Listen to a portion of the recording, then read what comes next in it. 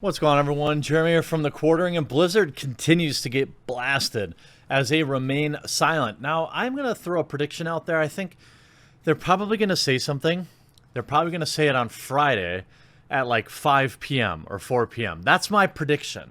My prediction is they will make a statement tomorrow, and it will be late in the day. Could be wrong. Maybe they'll say nothing, but this isn't going away, especially because all of you have been doing so amazing, liking these videos, leaving comments, and sharing them on Twitter, and that goes for everybody covering this. It's keeping the pressure on Blizzard, so let's keep it up. Hopefully we can get a reversal. That's the only thing I would accept at this point, but it's been an interesting week as we start to see games media agreeing with, I guess, siding with China to own the gamers. That's the only thing I can really say is going on here. As you have John Walker, who is the co-founder of Rock Paper Shotgun, which is a fake gaming website that mostly is just an activism website these days, said, "It's extraordinary watching them," talking about gamers, all of a sudden having discovered China is a bit messed up, and then acting as though it's been their lifelong work to fight against that. It's frightening that it took a Twitch streamer to get a ban for them to even pretend they care. That's just verifiably false. I would say that the YouTube gaming community, and as well as the gaming community on Twitter, has always fought against all forms of censorship, Chinese or otherwise. And Sophia Narwitz at SophNarrow747, a great follow on Twitter as she does break a lot of stories, points out, remember when Ubisoft was going to pander to China and cave their censorship by removing things from the game? Gamers got mad. Then game journalists defended China to pull the entitled gamer card, because I remember, and so do I.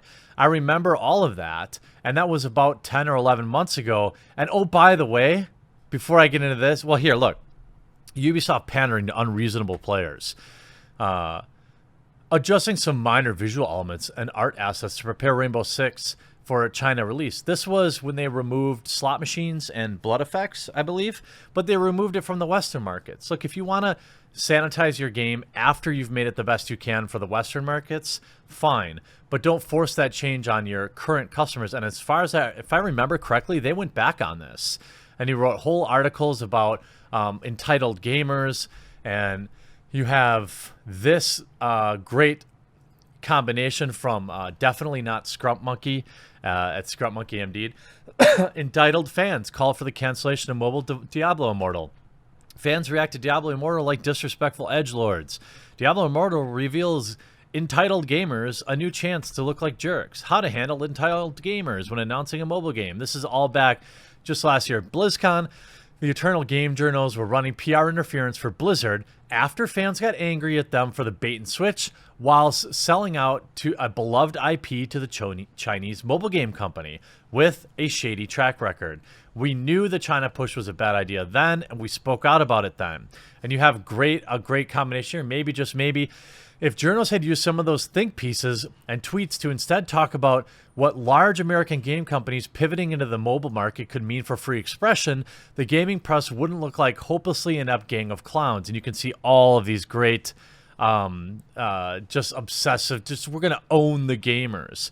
Look, I covered it 11 months ago. Ubisoft fans revolt and defeat Rainbow Six censorship. I covered it. Most gaming YouTubers that I know cover it, yet there's this narrative. Here's another really long post. Suddenly, reactionary gamers are extremely into politics and gaming. No, they're not. They're into gaming, and they don't want that experience sullied by kneeling before the red state, by opening your mouth and accepting their money into your mouth, I mean. And there seems to be this huge push to discredit anybody's interest in defending this. And oh, by the way, fun little thing going on with Blizzard right now. I don't know if it's going to stay this way, but there's a kind of a little troll that's happening, and I'm enjoying this greatly. If you look up Blizzard Entertainment on Google Maps, it currently says Blizzard Entertainment, 1 Blizzard Way, Irvine, California, 92618. A Chinaware store in Irvine, California. I'm going to refresh. I didn't want to refresh in case it got removed. Oh, it's still there. And there's obviously a lot of bad reviews flowing in. And by the way, reviews that are rightfully earned. Look, you review the company just like review their games. That's the way it works. Games can't stand on their own. The company that makes them has to do well too. And you see this guy, a video game journalist pushing that same baloney. So retweeting someone, do you at least get paid for shilling for the totalitarian regime, or are you just being a useful idiot without getting paid?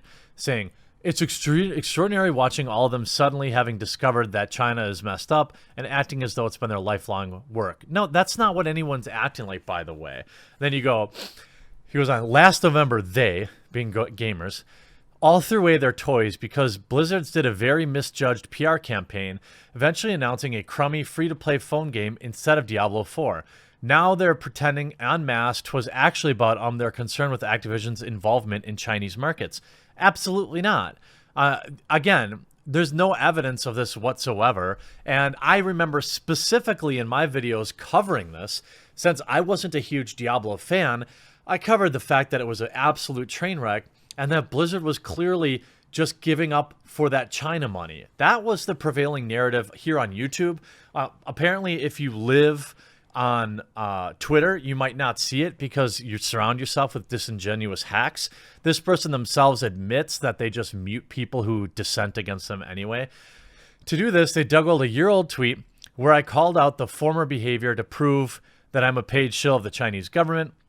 Like that time I said a few months before they found out China wasn't this tight. I mean, this guy, I honestly don't understand how you manage to stay on Twitter. I just mute them all away and go back to enjoying funny tweets from nice people again. Yeah, you mute anybody who corrects you. Ha! Game journals licking the boot. I mean, that's essentially what this is. And in the worst way, they're doing it to own the gamers, which is really pathetic.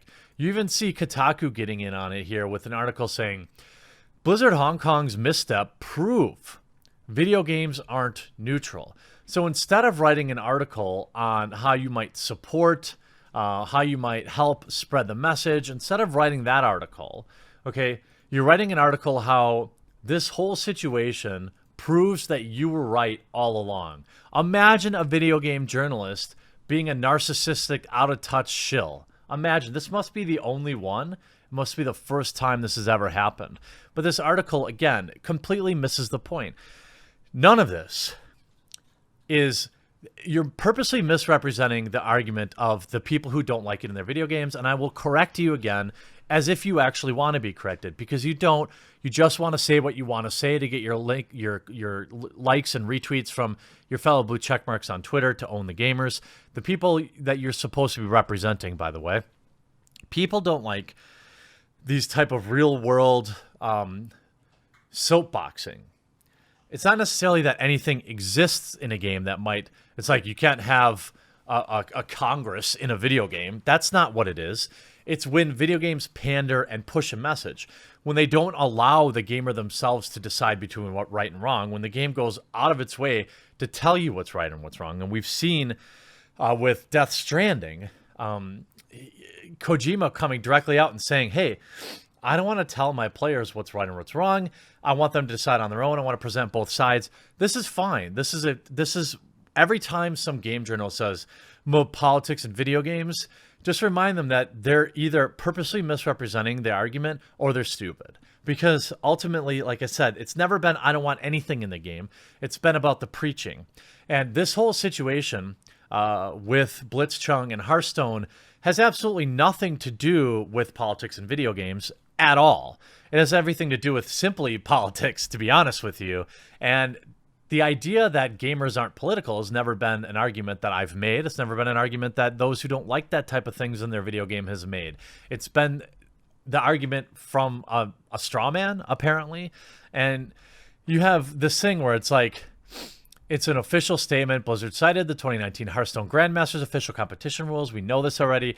In the past, Blizzard has cracked down on pro esports players for a variety of alleged infractions from, by the way, they call it they use the R word in gestures. By the way, it's the OK hand symbol. This is a company that has banned people from doing the OK hand symbol on live streams. In many of these past instances, Fans have deemed this fair. No, they haven't. Nobody thinks it's okay that you can't make the okay hand symbol on a live stream. Everyone thinks that's ridiculous except for you clowns. In this instance, though, the fact that Blizzard can suspend or even issue a lifetime ban to a player at any time for no reason other than the player being controversial in some way has begun to feel a lot more chilling. Hey, this is exactly what, you know, Wizards of the Coast did to me as a company. Obviously not the same thing at all, but, you know, I hadn't broken any specific rule. They basically just said, hey, we've had enough of you. You're banned. And oh, by the way, we're going to steal your digital products too, your thousands of dollars in cards too, because that's what we do. And the last line of this article, though, is I 100% agree with, and that's strange, agreeing with Kotaku article. It's a message. Don't get political in a way that will cost us money. That's absolutely true. But it also proves that all this virtue signaling and posturing that these companies do is BS. It's fabric. It's transparent. It's completely useless. And the journos who are turning this into, you know, backing the red to own the gamers is sickening. But, you know, we're here. I'm here cataloging everything. Hopefully, if you've enjoyed this video, you leave a like on it, you leave a comment, you consider retweeting it or sharing it out there. It really helps the channel, and it helps keep people honest as we can work together to counter a lot of this BS narrative. Blizzard, the clock is ticking. People continue to cancel their accounts. People continue to pressure you. People continue to troll you. People continue to submit their GDPR requests. People aren't going to let this go away, and we demand a statement. And honestly, a complete reversal will be the only thing that you can save at this point, in my opinion. I hope you enjoyed this video. We'll talk to you again real soon. Hey, thanks so much for watching this video, and I really hope you enjoyed it. Above, you'll find some links to watch more videos, as well as a nice big button to subscribe, which I hope you'll do. If you did enjoy it, make sure before you go that you leave a like and a comment on the video, because you are the #1 reason this channel continues to grow, and I appreciate you.